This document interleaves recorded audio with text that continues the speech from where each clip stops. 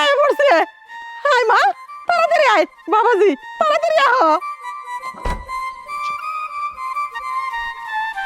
আসসালামু আলাইকুম মা। ওয়ালাইকুম সালাম। দেখেন কত কিছু নিয়ে আসছে আপনার জন্য। না ওমা গো, এত বড় বড় মাছ, ওজন আছে বাজান। যাক ভালো হয়েছে, জামাই হয়েছে বাড়িতে, বড় বড় মাছ আনছে। এইগুলা আজকে রান্না করে সবাই মিলে দিলে খামো। তা বাজান কেমন আছো তুমি? ভালো আছো না তুই? আছি মা, আলহামদুলিল্লাহ। ভালো আছি মা। এই যে দেখো, তোমার জামাই তোমার পছন্দের মিষ্টি আনছে, জানো কত ঘুরে এই মিষ্টি খুঁজে বের করছে। তেলে মাছাল ঘরে চল। আমা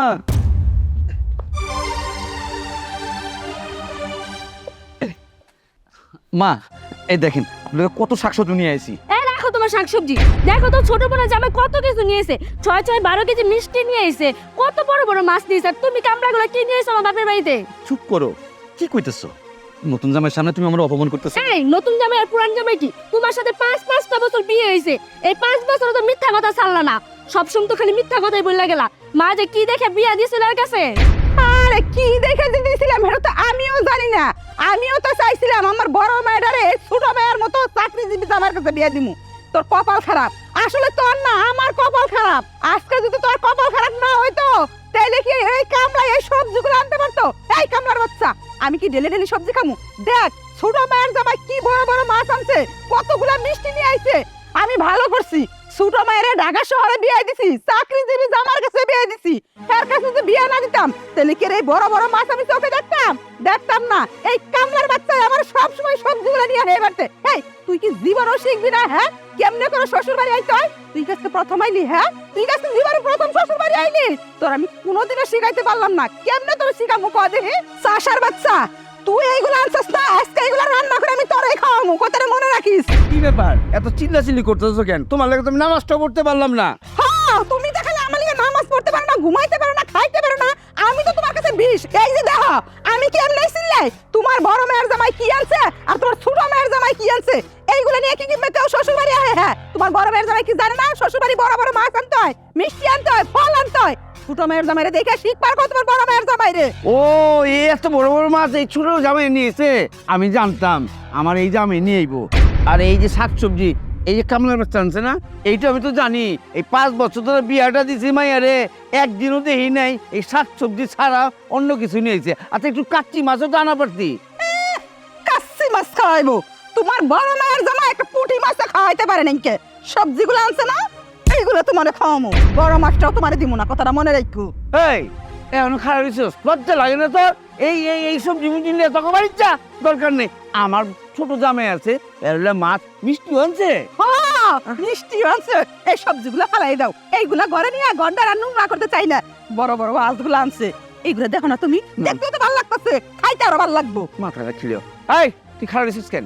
যা তোকে বাড়ি যা। কি রে, তুই কি আর এই চাষা বাড়ি নিয়ে খার থাকবি না এই জায়গা থেকে চলে যাবি? তাড়াতাড়ি এই জায়গা থেকে চলে যা।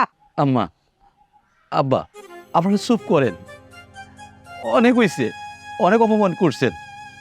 আমি থাকতে আসি নাই, আমি শুধু আপনার মাইয়া আমার ছোট বোনারে দেখতে আসছিলাম। এই প্রথম আপনাকে বাড়িতে আইতেছে। আমি অনেক কিছু কিনছিলাম আম্মা, কিন্তু রাস্তায় থেকে একজন হয়ে গেছে। আমার বউরে আমি বুঝাতেই পারি নাই কে। শহর থেকে আমার বাইরে আইবো, তারে বড় বড় মাছের মাথা খাওয়ামু, আমাকে এলাকার দামে দামে মিষ্টি খাওয়ামু, শাক সবজি খাওয়ামু।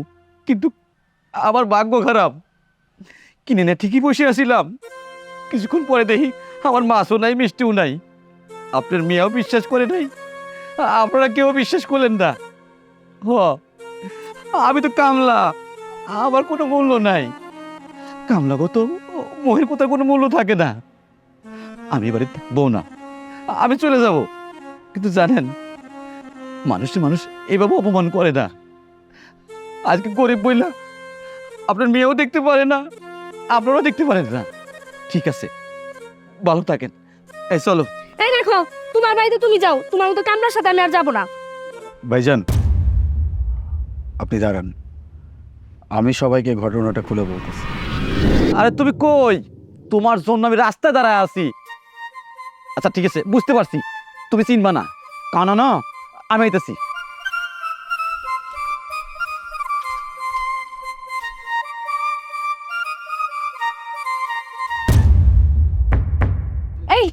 গাড়ি ব্রেক করো। কেন? ওই যে দেখো কে যেন মাছ মিষ্টি এগুলো ফালাই রেখে গেছে, চলো আমরা ওইটা নিয়ে নিই। বেরো বেরো বেরো।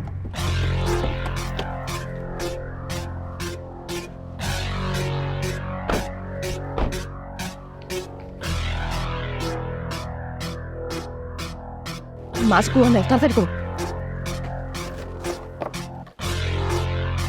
সর। ব্যাগটা না।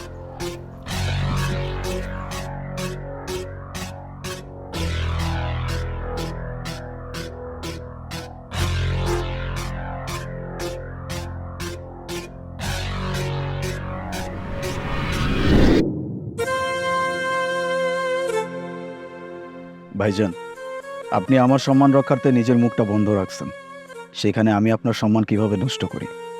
আমাজান, উনি যখন বলছে রাস্তায় ওনার সব কিছু চুরি হয়ে গেছে, তখনই আমি বুঝতে পারছি আমি যে সব কিছু নিয়ে আসছি এগুলো ওনারই ছিল।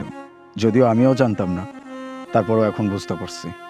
অ্যাকচুয়ালি আমি তো বাইরে পড়াশোনা করছি, বাইরেই মানুষ হয়েছি, এই জন্য জানতাম না ফার্স্ট টাইম শ্বশুর বাড়ি আসতেছি। আমি জানতাম না যে কিভাবে আসতে হয়, কী নিয়ে আসতে হয়। রাস্তার মধ্যে আপনার মেয়ে আমাকে বলল যে তুমি যে শ্বশুর বাড়ি যাচ্ছ তুমি কি কিছু নিছো? আমি বললাম যে কি নিতে হবে, এখানে নেওয়ার কি আছে? তখন ও আমাকে সব কিছু বুঝায় বলছে। ইনস্ট্যান্ট কি করব সেটা নিজেও বুঝে উঠতে পারতেছিলাম না। এই জন্য রাস্তায় যখন এই সব কিছু দেখছিলাম এগুলো আমার গাড়িতে উঠাই ফেলছি, তারপরে সব কিছু আমি নিয়ে আসছি। আপনাদেরকে আমি মিথ্যা কথা বলছি, এই সব কিছু আমি কিনে নিয়ে আসছি, কিন্তু না, এই সব কিছু তো ভাইজানের, যেটা আমি এখন বুঝতে পারতেছি। আমি আমার ভুলের জন্য আপনাদের কাছে ক্ষমা চাচ্ছি, কিন্তু তার মানে এই না যে আমার ভুলের শাস্তি আমি ওনাকে পেতে দিব। ওনাকে এইভাবে অসম্মান করে কথা বলতেছেন, সেটা আমি একদমই নিতে পারলাম না। এই জন্য সব সত্যি কথা আমি বলে দিলাম। আমার ক্ষমা করে দাও। এই 5টা বছর তোমার সাথে সংসার করে আমি এখনো তোমার চিনতে পারলাম না। আমি কখনো ভাবতেই পারিনি তুমি আমার পরিবারকে এত ভালোবাসো। তুমি আমার ক্ষমা করে দাও। আসলে আমারই ভুল হয়েছে। আমি সব সময় তোমার ছোট মনে করতাম, চাষা মনে করতাম। আমি না কোনোদিন আমার মেয়ের জামাই ভাবছি, না নিজের সন্তানের মতো ভাবছি। তুমি কি আমার মাফ করে দেবা না? সত্যি আমার ভুল হয়ে গেছে, আমার মাফ করে দাও বাবা। হ বাবা, আমগো মাফ করে দাও। কেন, আমরা তো ভাবছিলাম তোমার মনটা বুঝি ছোট, কিন্তু তুমি গরিব হইলে কি হইব, তোমার মনটা এত বড়। আম্মা, আব্বা, আপনারা দুজন কি কইতেছেন? বাবা মা কখনো ভুল করে? ভুল করে না, ভুল তো পোলাপানরাই করে। সত্য কথা কি মা, আমার গর্ভধারণের মা বেঁচে নাই, বাপও বেঁচে নাই। আমি একজন ইতিম। আমারে দেখে শুনে আপনার মেয়ারে আমার হাতে তুলে দিছিলেন। আমি তো গরিব কামলা, আমার এই কুলে ও কুলে কোনো কুলে কেউ নাই। আপনাকে বাড়িতে যখন আসি, আপনারা যখন দেখি, আমার মায়ের মুখটা দেখতে পাই, আমার বাবার মুখটা দেখতে পাই। এত অপমান করেন, কখনো কখনো রাগ করি নেই, আজও রাগ করি নেই। আপনারা আমারে মাফ করে দিয়ে, আমি কোনো রাগ করি নেই, আমি কোনো রাগ করি নেই। আমাজান, সব কিছুই ঠিক আছে, ওনার জায়গায় উনি ঠিক আছে, ভুলটা আমি করছি, কিন্তু আপনাদেরও ভুল কম নাই। এই যে ভেদাভেদ করতেছেন, দুইজনকে দুই চোখে দেখতেছেন, এটা কি ঠিক? এটা কিন্তু ঠিক না। আজকে আমার টাকা পয়সা আছে বলে আপনি আমাকে খুব আদর আপ্যায়ন করতেছেন, আর উনি গরিব বলে ওনাকে যা ইচ্ছা তাই বলে অপমান করবেন কেন? একটা কথা মাথায় রাখবেন, উপরে একজন আছে, উনি চাইলে 1 সেকেন্ডের ভিতরে মানুষের ভাগ্য পরিবর্তন করতে পারে। আজকে আমার এত টাকা পয়সা আছে, কালকে আমিও ফকির হয়ে যেতে পারি। আজকে ওনার টাকা পয়সা নাই, কালকে উনিও বড় লোক হয়ে যেতে পারে। তাই বলি কি, মানুষকে মানুষ হিসেবে সম্মান করেন। আর সে তো আপনাদের মেয়ের জামাই, মানে আপনাদের ছেলে। নিজের ছেলের সাথে কেউ এরকম আচরণ করে? ভালোবাসতে শেখেন, সম্মান করতে শেখেন, দেখবেন দুনিয়াটা অনেক সুন্দর। আলিফ ঠিকই বলছে মা। তুমি কিভাবে 2 সন্তানের মধ্যে এরকম ভেদাভেদ তৈরি করো? আর দুলাভাই তোমাকে কতটা সম্মান করে, আমাকে ছোট বোনের মতো দেখে। আর তুমি কি না?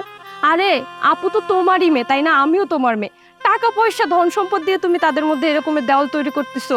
তুমি মা, তোমাকে না আমার মা ভাবতে জাস্ট ঘৃণা লাগতেছে। তুমি কিভাবে এরকম হয়ে গেছো? হ্যাঁ, সবার সামনে দুলাভাইকে তুমি যা নয় তা বলো, এটা কি তোমার ঠিক?